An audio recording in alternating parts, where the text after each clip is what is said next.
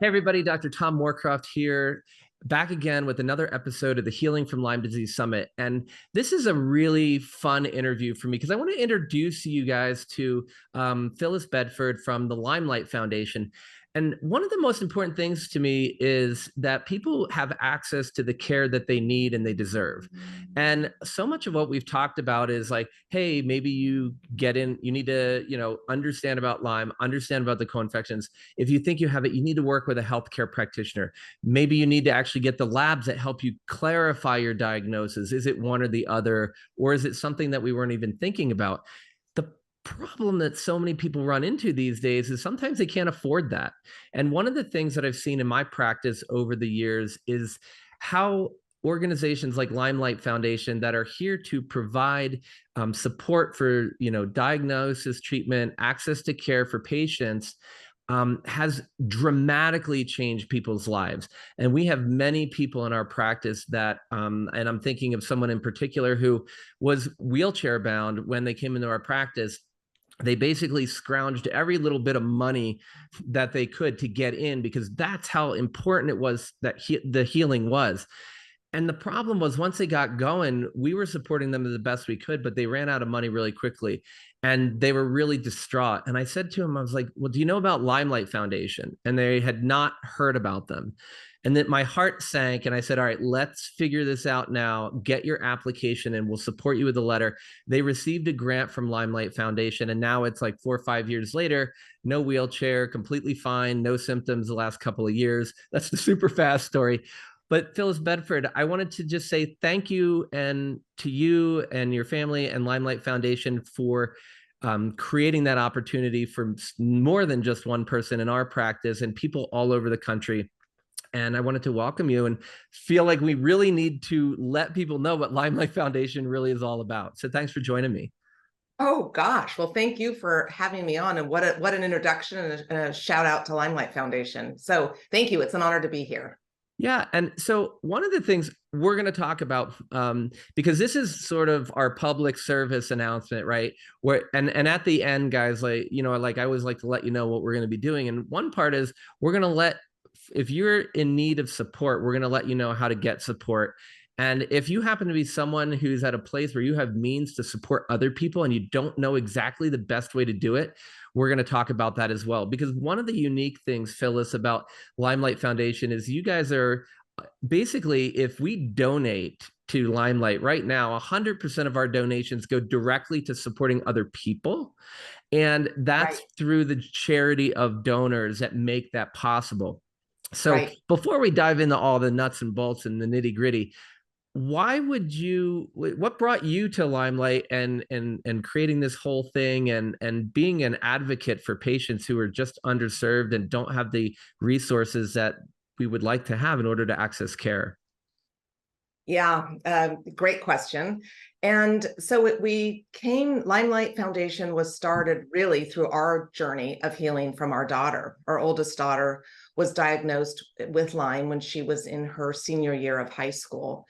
And she, like many patients, I'm sure, was on what I call the doctor merry-go-round, doctor to doctor to doctor, not getting a diagnosis, not getting treatment, actually getting random diagnoses. And it's a long story. I won't go into that, but we ended up getting a diagnosis, thank goodness, when she was in her senior year. And like probably a lot of people listening, you think we got a diagnosis, yay, now we can get treatment. And you go and you proceed on with treatment only to find out your insurance will not cover the cost of care.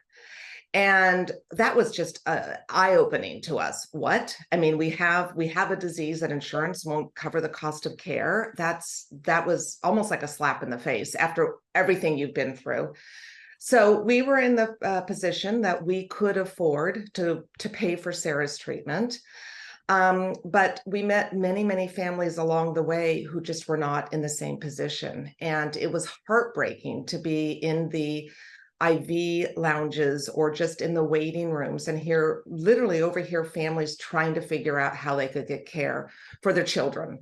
And there were stories of, we can rack up credit card debt. We can move in with your parents. We can sell our house. One family was talking about sleeping in their car.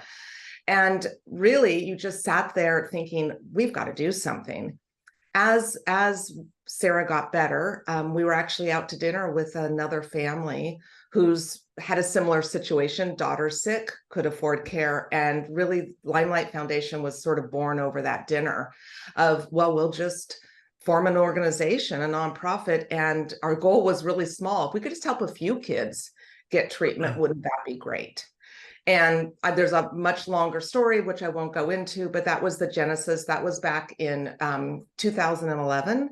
And that year we raised $40,000 and did 4 treatment grants. And now fast forward to 2020, well, I'll go through I can go through our figures in 2023. Right now we have distributed $8.4 million and we've helped 1,200 individuals in 49 states. Okay, so that's insane, right? Because like I have your little thing up on the side because I love the little the letters of introduction you guys send, and it's like it was 8.3, now it's 8.4, and when we're looking at our kids who have and our young adults who don't have the access to care, I mean, it is amazing that they can qualify for, I think it's up to $10,000 in financial Correct. support at the moment. Yep. That's correct. So I know that the need is there. How are you guys actually getting this money? Like, what are you guys doing? Because I think one of the things I love to share, Phyllis, is, and I talked to Tim Salati from Global Lyme Alliance and a whole bunch of other people where we're letting people know that there are actually people out there to help them. Because I think that so many of our patients are like, everywhere I turn, like you highlighted it so well, everywhere they turn, the system seems to be set up against them. And we're here to let you know that while that external appearance may be there, there's also other possibilities out there. Like there are places like the LymeLight Foundation that are here advocating for you and your kids. So, I mean, that to me is hopeful. Where do you get all the support though? I mean, is it just private people? Is it bigger groups, or how's this all come together? Well, I just want to say one thing first, but you touched on something that was so apparent. Everything we try to do at LymeLight is full of hope. Every colors we use, all of our publications, everything you see, we don't go into the dark side of Lyme. We go into how can we lift you up and hold and help you. And that is something that is so, so true, is that often people are so grateful for the financial support, of course. But equally as important is the validation of, we believe you. We know that you have this disease, and we know that you are in a tough spot right now, and we're going to help you. And that validation and that hope, and we have a wonderful grants coordinator that her name is Kate Nagel, who our grant recipients just love, and she's just as well full of hope and this wonderful person. So I think as soon as you get that grant, you're like, oh, I mean, I can breathe again. We literally get notes that people say, I can now breathe again. We are down this rabbit hole, but you have like thrown us a lifeline. So that is so important to think of is the hope factor. And, people get better, right, when it's hopeful and you have to have hope. But how do we raise funds? That's very interesting. When we first started in 2011, we had literally little plays and just raised funds that way. Like we just have fundraising events. Then we migrated to an event called Dart for Art. And if anyone goes to our website, limelightfoundation.org, and looks on our events, we just literally 2 weeks ago just had our 2023 event, and we're back to the live format after 3 years of virtual and hybrid. This is our biggest fundraising event. And again, this is a hoot. This is where we get art. This is a beautiful event because we get artists to donate art. We create an art gallery, and then guests come and they run for the art. They know they're going to get a piece of art by attending this event. And the fun thing is for them to figure out what piece of art they want. It's random when they're going to run. It's too confusing really to go into, but what I want to say again is the hope. Artists are giving their art directly for healing. People are learning about Lyme at this event and then leaving with this beautiful piece of art. So again, and I always have a grant recipient speak. This year we had Tyla Taylor. She was fantastic. from the East Coast. We'd actually recorded her videotaped her for 2020. And, she finally got to do it in 2023, come to the event and so forth. So our fundraising is part of our LymeLight initiated events, but a big part is public. We are supported by the Stephen and Alexandra Cohen Foundation. They have been with us and have been just terrific with support. I mean, a shout out to them. They have done so much in the Lyme community for so many organizations. And then, like you said, donors like maybe anyone listening who wants to help children suffering with Lyme disease. We had, and we still have an organization named the Laurel Foundation, and it was wonderful. They came in and said, we want to offset the costs. So we want to underwrite all your costs. So that's why we can make the statement that you just said. They're taking care of our costs. So every dollar that we receive goes straight to our program, which is the treatment grants. It feels so good having this conversation, because it's like so many people and so many organizations that many people probably don't recognize are actually supporting that wave of healing, of awareness, of support that we all feel. And like we talk in so many of our interviews about the importance of community, feeling alive, feeling connected. So everyone, I want you to really just take a minute, like literally as I'm talking, like my hair is standing up. And this is one of the things I've wanted to really get through in the entire summit, is to say, get in the moment and enjoy these things. Get back to your passion. Because for me, I've had I'll be completely transparent, because I always am. I've had a really stressful week. I've had patient interactions that are tough because I deal with a tough patient population. I've had other things that go on that I would prefer not have happen. My family's been traveling, and one of our dogs loves to have a little bit of loose bowels when the family's traveling and I'm home alone. So it's like you finish some interviews, you go up and it's been one of those where everything kind of feels like it's on my shoulder. But then I have this conversation with people like Phyllis, where you're like, this is so cool. And one of the things I think in human nature is we downplay the cool stuff and we kind of amplify the negative, right? And that's a protective mechanism. But as part of our Healing from Lyme Disease Summit, what I want you to really do is, like, I'm so excited about what you just said, Phyllis, and I'm just like feeling it, because that is so energizing. You can even hear in my voice. It's like, and now it's like funny as I'm talking about it, you get a little sweaty, and everybody's like, well, that's a little bit of like, that might even be some anxiety. I'm like, no, that's called excitement, right? So we're relabeling things. We're getting in touch with the hope out there and realizing that, it's kind of like that ripple effect, because I could imagine maybe somebody knew about LymeLight, Phyllis, and then they go, but then I know that there's some donors, there's probably one or two big ones, but then you're like, but there's this group that's been with us forever. And then there's this group that allows us to take any donation. I mean, it's like there's a ripple of people supporting us, everyone. And that's the message that I really wanted to get through, And then one of the things when we were talking earlier, Phyllis, right before you hit record, is, and I said we should probably start there, and I completely forgot when we got going because I was so excited to hear your story and just let you share. Is you were saying there's like kind of like, because the thing is, some people after what I just said and maybe what you said is like, well, where do I fit into this, right? And you said there's really kind of, it's funny, not a lot of people talk the way I talk. I think a lot of times that it's like, but I'm always like, there's two groups of people, and you kind of touched on that. And so maybe you could kind of rehash a little bit of what we were talking about before and talk about the groups of people that you see and where people are at in their journey, so that we're not trying to tell everybody they got to be here at a different place than where they are. Yeah, right.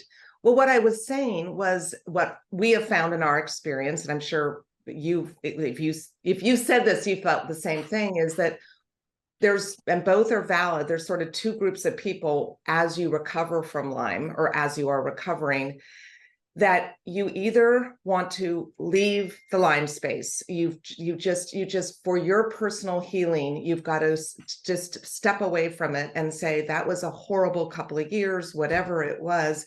And I just need to go back to my regular life, or I just need to disengage.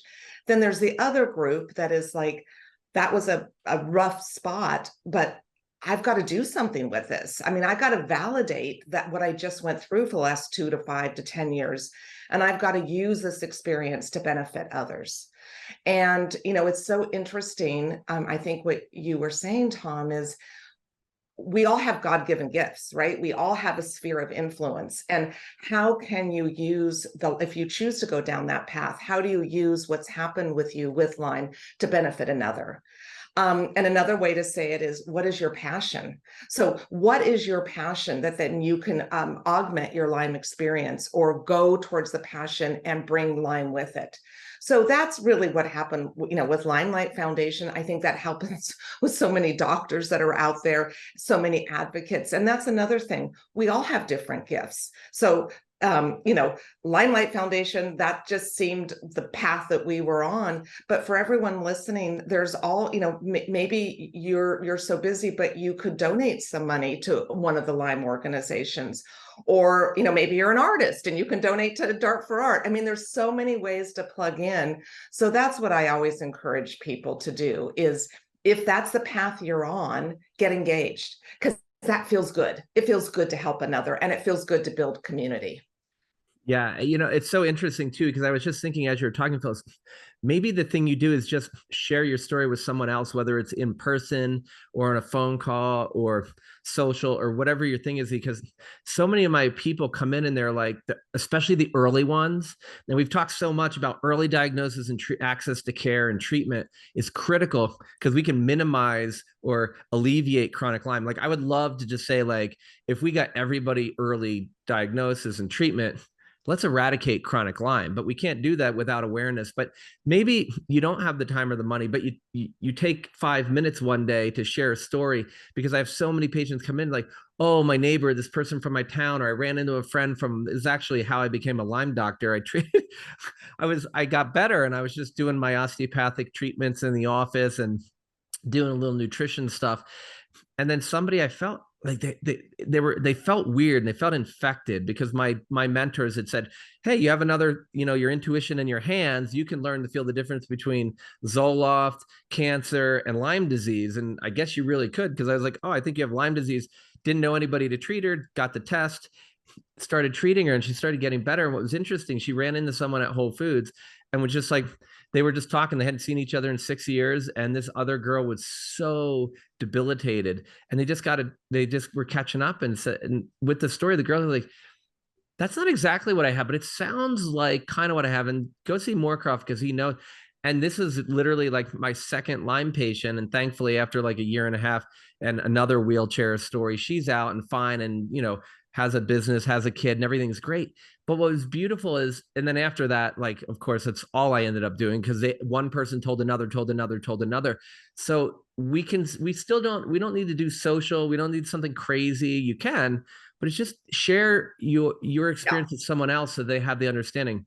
And one other thing you said, Phyllis, earlier too, that was really interesting to me is when you're in that group where you're suffering with Lyme and you wake up and you're like, today's a shitty day. I feel like crap. Lyme sucks ass. My Lyme sucks. You're like, you know what? That's valid. And oh yeah. Oh yeah. Oh, definitely. I mean, that's the other thing is, we're in a battle, right? When we have Lyme, we are in a battle. And I think and you're absolutely right. I mean, I think it's important to recognize how difficult this journey is.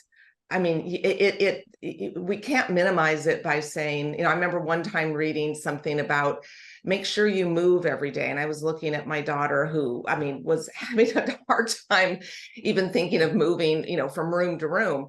But, I think that's absolutely valid, is to realize you're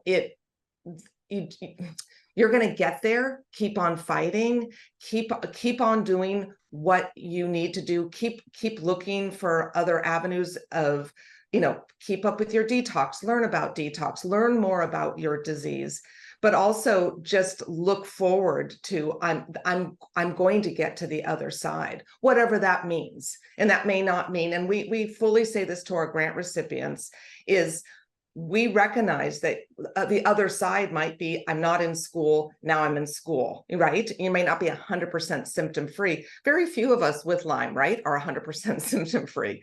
But you're better. You've gotten off the sofa, so forth. So yeah, I think that's, again, with our grant recipients, and you touched on this, community.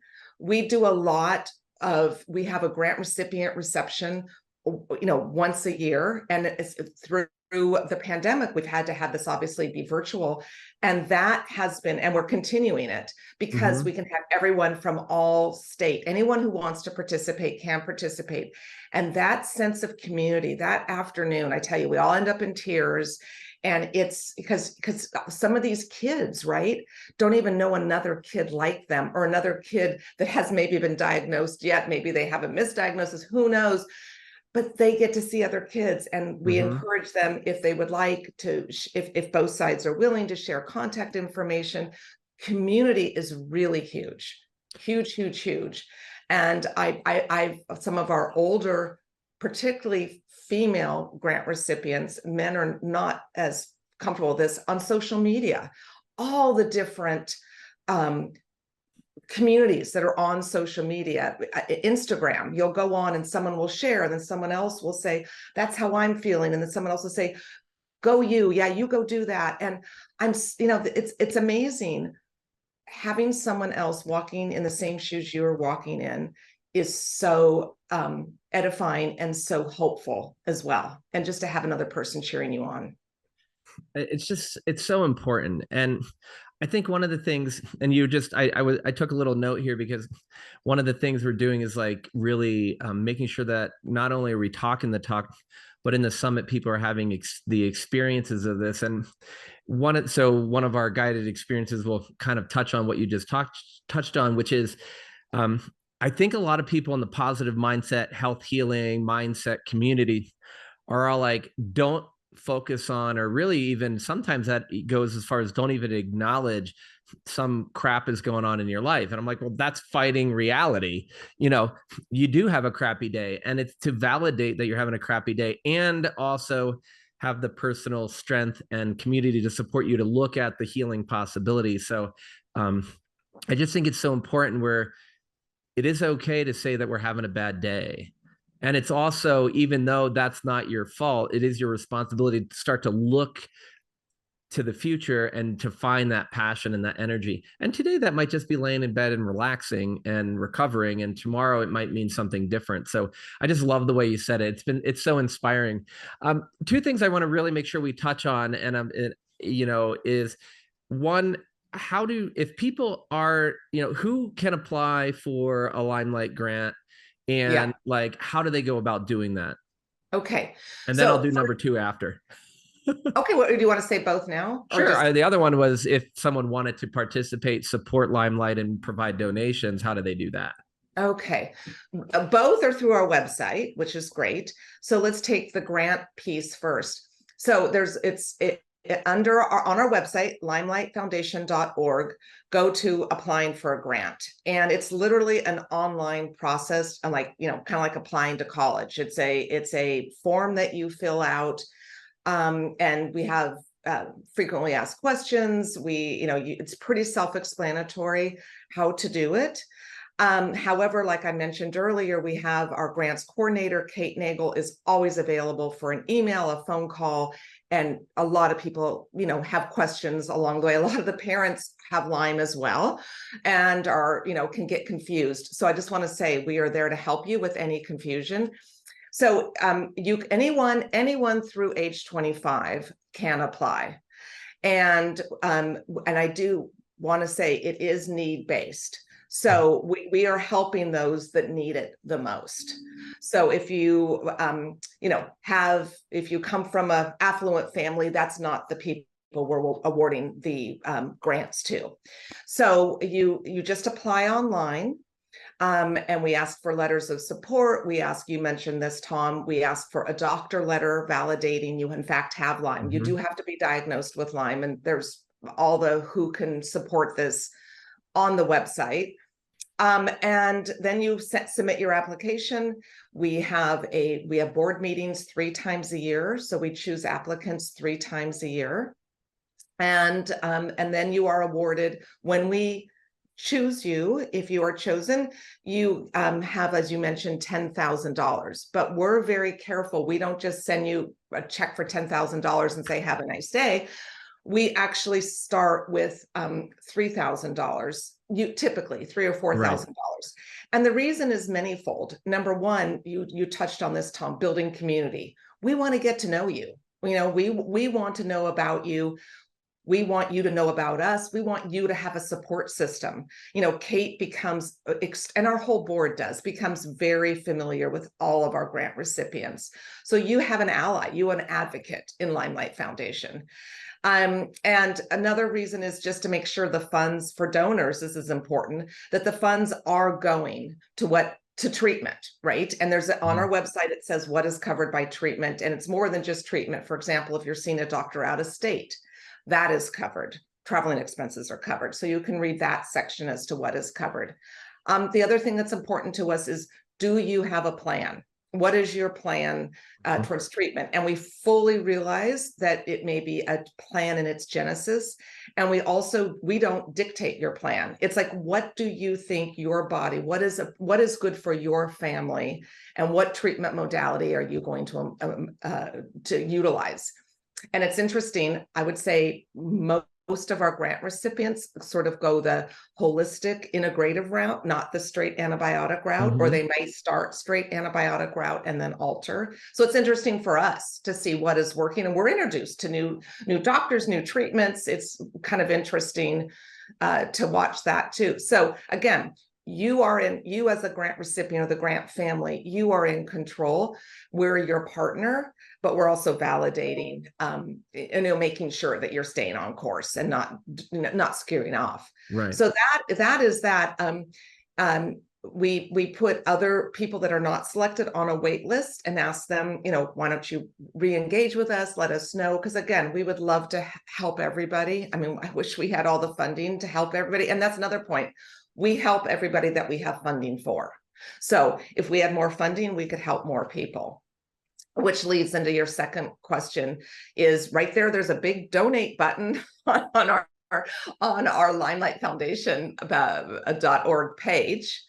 And we welcome all donations. And if anyone's listening, has a creative way of, okay, well, I live in Texas and I would love to only help people in Texas, or this is what I want to do, whatever, talk to us. Or I have this idea, I'd like to partner with you in certain ways. So we really are open, to keep on expanding LymeLight Foundation's reach and also new ideas.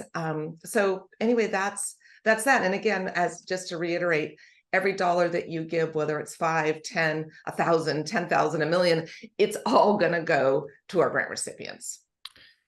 That's so amazing, Phyllis. I mean, the way you guys set this up, and the thing is, like, long before I ran into your husband, Scott, and long before you and I met, I've had a really great relationship with your organization, and it's really through my patients. And this is the thing that's so interesting, is like, I would just fill out the letters and, everybody's like, it's just so neat to see how you organize it so that you are creating the community of support, not just giving somebody, because like, if you like win the lottery, how many of the people who win the lottery are like broke in like 5 or 10 years because they haven't changed their mindset. They don't have the support of someone with that level of means, and they're just going back to their previous baseline.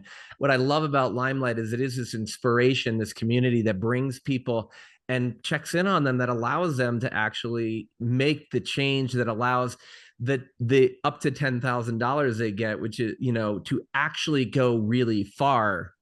And right. That's the part. And then so as a recipient, you're getting all that benefit. And then the other side of it is, if you're a donor, that 100% of what you're donating is going to the people that you want to support. And that's brilliant, because I've thought about different ways to raise money for different groups. And if I want to do it through an event we're doing, then I have to use a third party, and they take all this money. And I'm like, I've just whatever percentage of what we just raised just got thrown away for just some website that's going to run the. Now you guys have gotten rid of that. You have someone specifically covering that. So guys, like even if you're giving like $5 or $10, or you give $1 a month or whatever it is, or you just let someone else know it's available, but all that money and effort is going into directly helping you or someone like you, which is just so amazing. So Phyllis, thank you so very, very much for everything that you guys do. As a physician and a father of a 13-year-old who, it's just, as a parent, leaving the doctor part away, seeing all these other families positively impacted by you guys, and then meeting you and Scott, and knowing who you are as people is like, just touches my heart. So I'm so honored to have you guys here. And I hope that we get a lot of people interested in applying for grants. And then also, if anyone out there has the ability, or someone else who has the ability and really looking to support an organization where they get their tax deduction, but then they also know that all the money goes to the people that you really want it to, LymeLight Foundation is doing that. So thank you so very much for being here, Phyllis. Oh, well, thank you. I'll come back anytime. This has been really positive. Thank you so much. And good luck with this summit, and everyone listening. I hope your healing journey is going well. And everyone, thanks so much for joining us for this episode of the Healing from Lyme Disease Summit. I hope that you've been inspired, and you do feel that positive vibe, and you feel that hope, that groundswell of community behind you. And I know that we're all at different places in our human experience and our healing journey. Know that there are people like Phyllis and Scott Bedford and the LymeLight Foundation, and so many other people who support them, and all the other people we've talked about that are here to support you. So thanks very much, and we'll see you in the next episode.